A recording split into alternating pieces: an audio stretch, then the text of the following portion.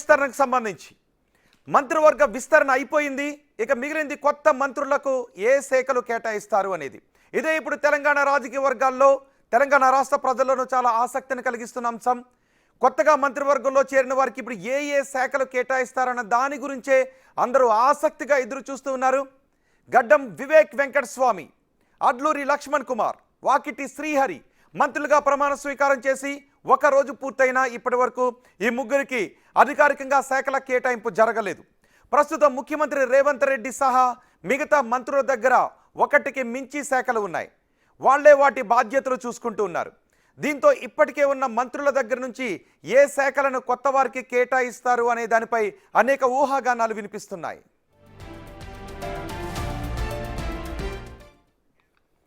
ప్రస్తుతం ముఖ్యమంత్రి రేవంత్ రెడ్డి దగ్గర హోంశాఖ, విద్యాశాఖ లాంటి చాలా కీలక శాఖలు ఉన్నాయి. మిగిలిన మంత్రుల దగ్గర కూడా 2 శాఖలు ఉన్నాయి. ప్రస్తుతం వినిపిస్తున్న ఊహాగానాల ప్రకారం మంత్రిగా ప్రమాణ స్వీకారం చేసిన గడ్డం వివేక్ వెంకటస్వామికి విద్యాశాఖ కానీ స్పోర్ట్స్ అండ్ యువజన సర్వీసులు కానీ కేటాయించే అవకాశం ఉందని అంటున్నారు. అలాగే అడ్లూరి లక్ష్మణ్ కుమార్కు కార్మిక, ఎస్సీ సంక్షేమ శాఖను కేటాయించే అవకాశం ఉందని అంటున్నారు. ఇక వాకిటి శ్రీహరికి ఎక్సైజ్, న్యాయ, పశు సంవర్ధక, మత్స్య శాఖలు కేటాయించే అవకాశం ఉందనే చర్చ జరుగుతోంది. శాఖల కేటాయింపుకు సంబంధించి త్వరలోనే అధికారిక ప్రకటన వెలువడే అవకాశం కూడా ఉంది. కొత్త మంత్రులకు శాఖలు కేటాయించిన తర్వాత ఇప్పటికే ఉన్న కొంతమంది మంత్రుల శాఖల్లో మార్పులు జరిగే అవకాశాలు కూడా కనిపిస్తున్నాయి. ముఖ్యమంత్రి రేవంత్ రెడ్డి సహా ఇతర మంత్రుల దగ్గర ఉన్న కొన్ని శాఖలను కొత్త మంత్రులకు బదిలీ చేసే అవకాశం ఉంది. మంత్రి సీతక్కకు హోంశాఖ కేటాయిస్తారనే సమాచారం ఉంది. ప్రస్తుతం హోంశాఖ ముఖ్యమంత్రి దగ్గరే ఉంది.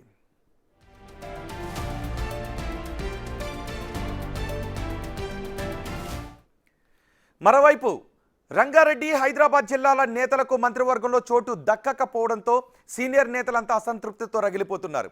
అధిష్టానం బుజ్జగించినా లోపల తెగ బాధపడిపోతున్నారు ఆ నేతలు. ముఖ్యంగా సీనియర్ నేతలు కోమటిరెడ్డి రాజగోపాల్ రెడ్డి, మల్రెడ్డి రంగారెడ్డి, సుదర్శన్ రెడ్డి లాంటి వారు మంత్రి పదవులు ఆశించి ఇప్పుడు భంగపడ్డారు. వాళ్ళంతా బహిరంగంగానే అసంతృప్తిని వ్యక్తం చేస్తున్నారు. అయితే కాంగ్రెస్ అధిష్టానం సామాజిక న్యాయంపై దృష్టి సారించిందని, అందుకోసమే 2 ఎస్సీ, బీసీ, ఎస్టీ వర్గాలకు ప్రాధాన్యత ఇచ్చిందని చెబుతున్నారు.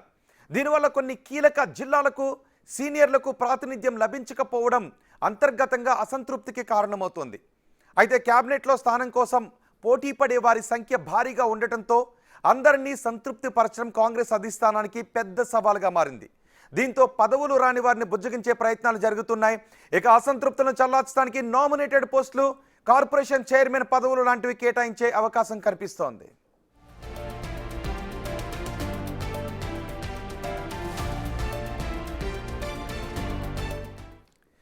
ప్రస్తుతం ముఖ్యమంత్రితో కలిపి క్యాబినెట్లో 15 మంది మంత్రులు ఉన్నారు. మరో 3కి అవకాశం ఉంది. మరో 3 క్యాబినెట్ బెర్తలు ఖాళీగా ఉన్నాయి.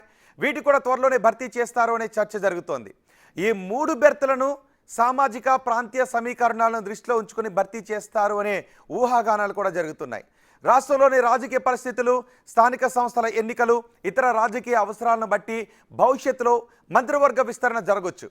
ప్రస్తుతం ఉన్న అసంతృప్తులను చల్లార్చాక మిగిలిన బెర్తలను భర్తీ చేసే అవకాశం ఉంది.